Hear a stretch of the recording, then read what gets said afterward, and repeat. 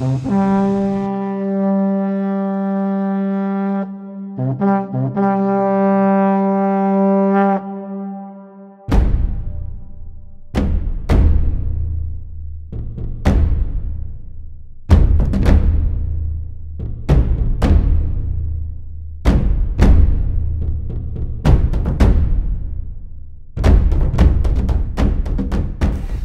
मित्रांनो, मी चाणक्य पाटील भ्रमंतीच्या 8व्या एपिसोडमध्ये आपलं स्वागत करतो।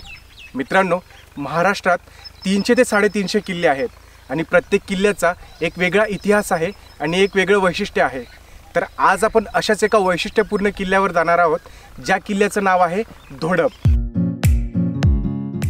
देवळा, चांदवड आणि कळवण या तिन्ही तालुक्यांच्या सीमेला लागून असलेला धोडप किल्ला। धोडप, धुडूप, धरब, धारब अशी अनेक नावं या किल्ल्याची आहेत। धोडप किल्ला हा सह्याद्रीच्या उत्तरेकडील सातमाळ डोंगर रांगेच्या मध्यावर उभा आहे, त्यामुळे हे भौगोलिक स्थान अतिशय महत्त्वाचं आहे।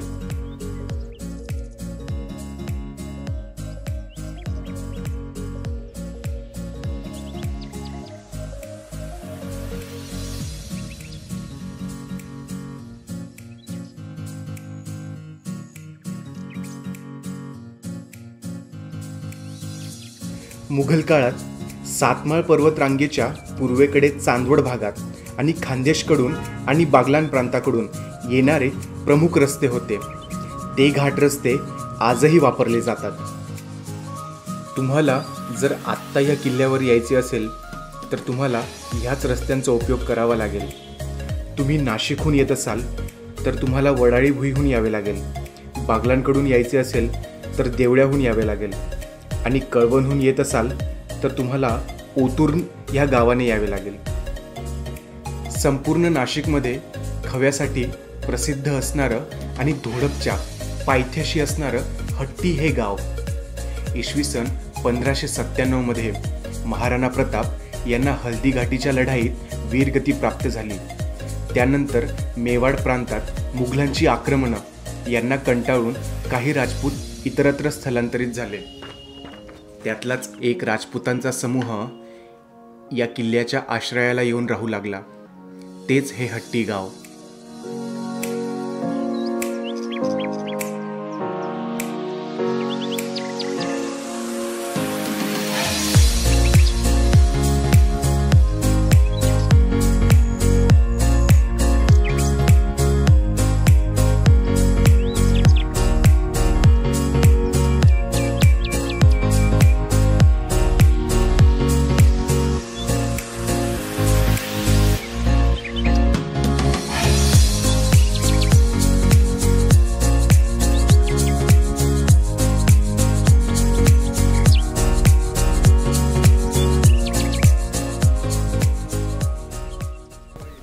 मित्रांनो, आपण धोडप किल्ल्याच्या पायथ्याशी असणाऱ्या हट्टी गावामध्ये धोडप ॲडव्हेंचर स्पोर्ट्स थीम पार्कमध्ये आपण आलेलो आहोत आणि महाराष्ट्र शासनाच्या वन विभागाने ही जागा अतिशय सुंदर अशी केलेली आहे। तर आता आपण तिची भेट देऊया।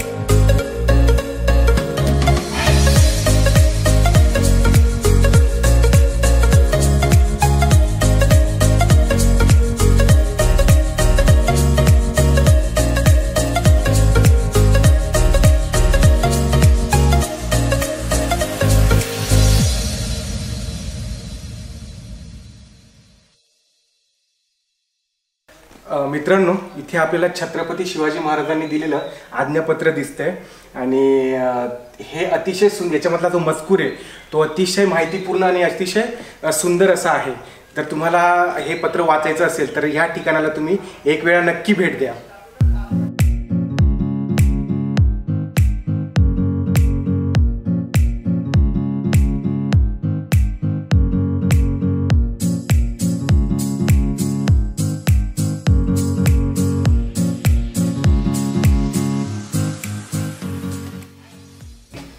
मित्रांनो, तुम्ही या ठिकाणी आले तर तुम्हाला इथे धोडप किल्ल्याचा इतिहास बघायला मिळेल, त्यानंतर धोडप किल्ल्याचे भौगोलिक स्थान आणि त्याचे महत्त्व हेही बघायला मिळेल, त्यानंतर भूस्तरीय निर्मिती हे सगळं तुम्हाला बघायला मिळेल.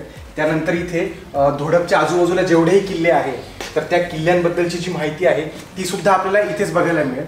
त्यानंतर सह्याद्रीची निर्मिती याबद्दलचा जो लेख आहे तो सुद्धा आपल्याला इथे बघायला मिळेल. आणि त्यानंतर आपल्याला इथे हट्टी गाव, जे स्थानिक गाव आहे हट्टी गाव, तर या हट्टी गावाचा ग्राम वारसा स्थळ जे आहे त्याबद्दलचा जो लेख आहे तो सुद्धा आपल्याला इथे बघायला मिळेल.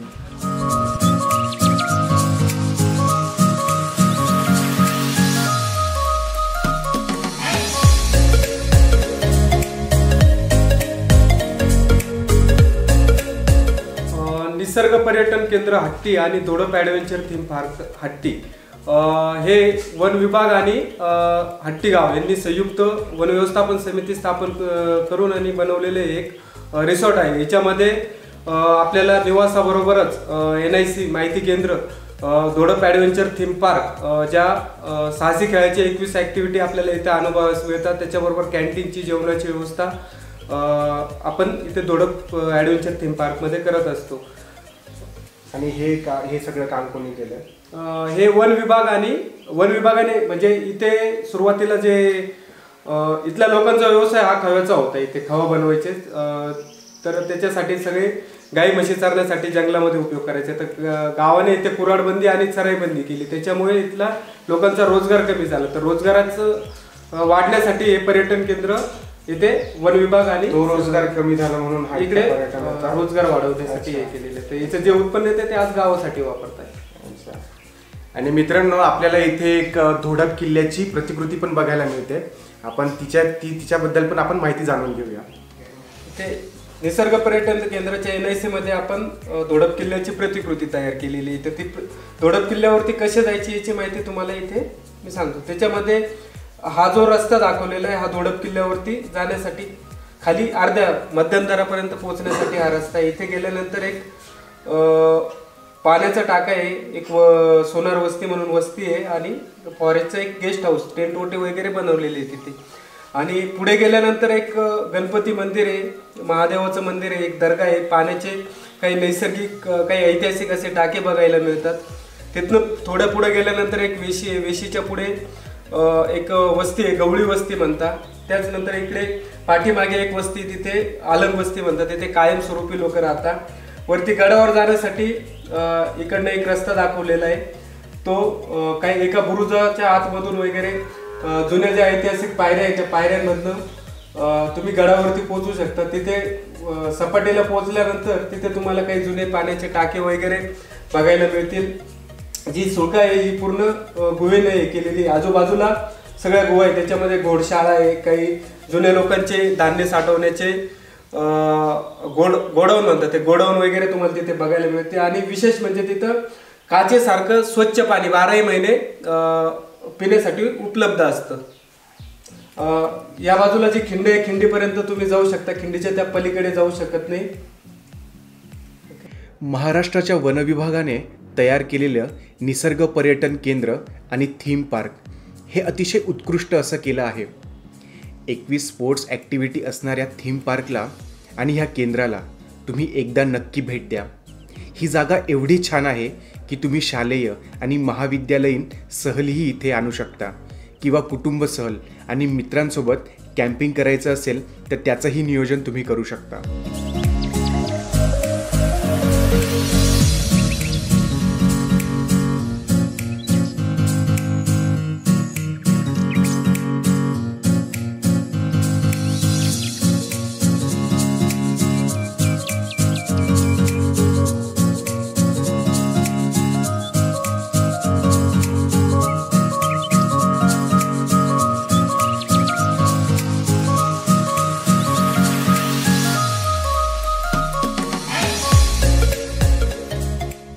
आपल्याला इथे राम परदेशी भेटलेले आहेत आणि ते आपल्याला किल्ल्यापर्यंत जाण्याचा रस्ता दाखवणार आहेत. आणि त्यानंतर किल्ल्यावर जेही ठिकाणं आहेत तर ते ठिकाणं आपल्याला ते दाखवणार आहेत.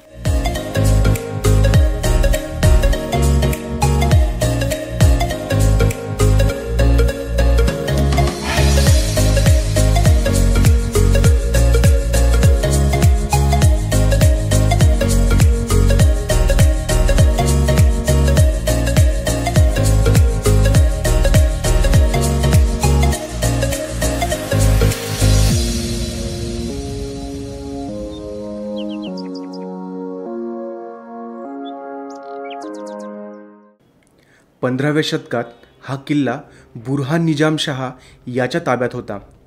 त्याने त्याचे नाव धार पवनिक असं केलं. 1635मध्ये खान दौरान खान जमान आणि शाहिस्ते खान यांनी सातमाळ रांगेतले सर्व किल्ले मुघल सल्तनतमध्ये आणले. प्रत्यक्षात ही मोहीम अल्लाहवर्द खान याने राबविली. त्यामुळेच त्याचे नाव किल्ल्यावर असणाऱ्या शिलालेखात आहे. इसवी सन 1670 ते 71मध्ये शिवाजी महाराजांनी वऱ्हाड, खानदेश व बागलान हे प्रांत जिंकून त्यात मुल्हेर व इतर किल्ले काबीज केले. पण धोडपचा किल्लेदार मोहम्मद इमान याच्याजवळ दारुगोळ्याचा पुरवठा चांगला असल्याने तसेच त्याच्या मदतीला दाऊद खान आणि अमरसिंग चंदावत हे धावून आल्याने धोडपला घातलेला वेढा हा मराठ्यांना उठवावा लागला. त्यानंतर इसवी सन 1682मध्ये धोडपचा किल्लेदार नेमक खान याचा चौथाई वसूल करण्यासाठी आलेल्या मराठ्यांसोबत संघर्ष झाला. त्यात अनेक लोक मारले गेले आणि बरेच जखमी झाले. मित्रांनो, आपण गडाच्या अगदी मध्यावर पोहोचलेलो आहोत आणि जी चढाई आहे ती थोडी कठीण स्वरूपाची आहे. आणि हा किल्ला जो आहे हा महाराष्ट्रातला 2 नंबरचा सर्वात उंच किल्ला आहे. 1 नंबरचा जो किल्ला आहे तो साल्हेरचा किल्ला आहे आणि त्याच्यानंतर जो 2 नंबरचा किल्ला लागतो तो हा आहे. आणि समुद्र सपाटीपासून याची उंची 4759 फूट आहे.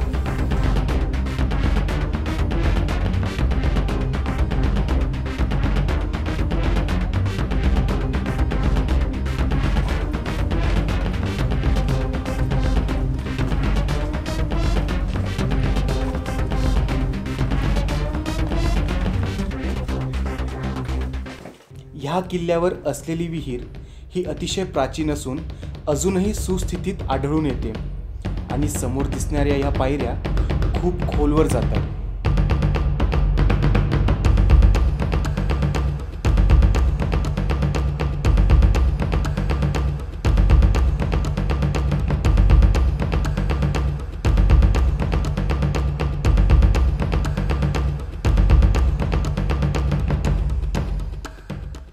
मित्रांनो, महाराष्ट्राची ओळख ही महाराष्ट्राच्या गडकिल्ल्यांनी आहे आणि त्यांचं संवर्धन करणं ही महाराष्ट्रातल्या प्रत्येक नागरिकाचं कर्तव्य आहे. मित्रांनो, पण जर आपल्याला संवर्धन करता येत नसेल तर ते निदान असं खराब तरी करू नये. ही अत्यंत लाजिरवाणी गोष्ट आहे आणि सो कॉल्ड मावळ्यांनी याकडे जरूर लक्ष द्यावं, माझी ही त्यांना नम्र विनंती आहे.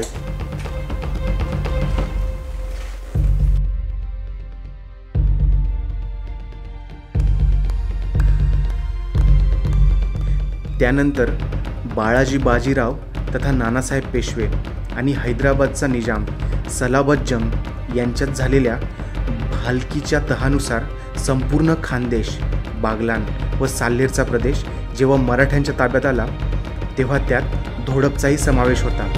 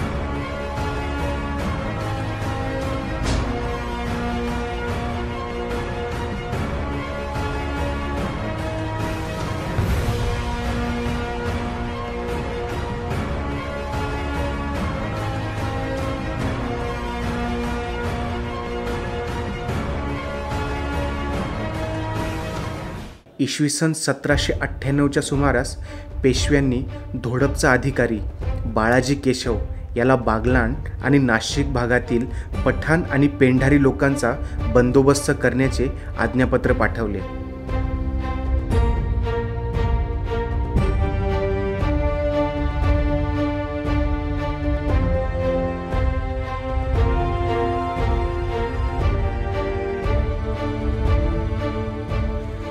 धोडपच्या आणि पेशवाईच्या इतिहासामध्ये महत्त्वाची घटना या ठिकाणी घडली आणि ही घटना पेशवाईच्या इतिहासाला कलाटणी देणारी होती. पेशवाईत माधवराव म्हणजेच बाजीराव बल्लाळ यांचे नातू आणि रघुनाथराव म्हणजेच बाजीराव बल्लाळ यांचे चौथे पुत्र या काका पुतण्यात झालेला संघर्ष. माधवराव पेशवे हे पेशवे पदावर होते आणि राघोबादादा यांना या पदावर यायचे होते. त्यामुळे त्यांनी काही फुटीर योद्धे घेऊन धोडपवर चाल सुरू केली. हे समजताच माधवराव पेशवे हे पुण्याहून धोडपला आले आणि काही तासात झालेल्या या लढाईत नंतर राघोबादादा यांनी शरणागती पत्करली. काही तासात हे युद्ध संपले, म्हणून या युद्धाचे महत्त्व कमी लेखून चालणार नाही. कारण मराठी राज्य सांभाळणाऱ्या पेशवेपदाची सूत्र कोणाच्या हातात येणार याचा फैसला या युद्धामुळे झाला.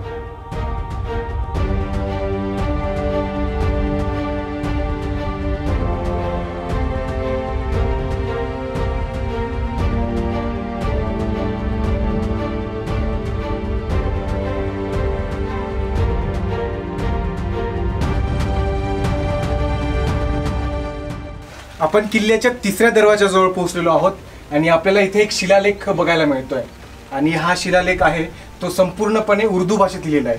इकडे एक शिलालेख आहे आणि ह्या बाजूला सुद्धा एक शिलालेख आहे.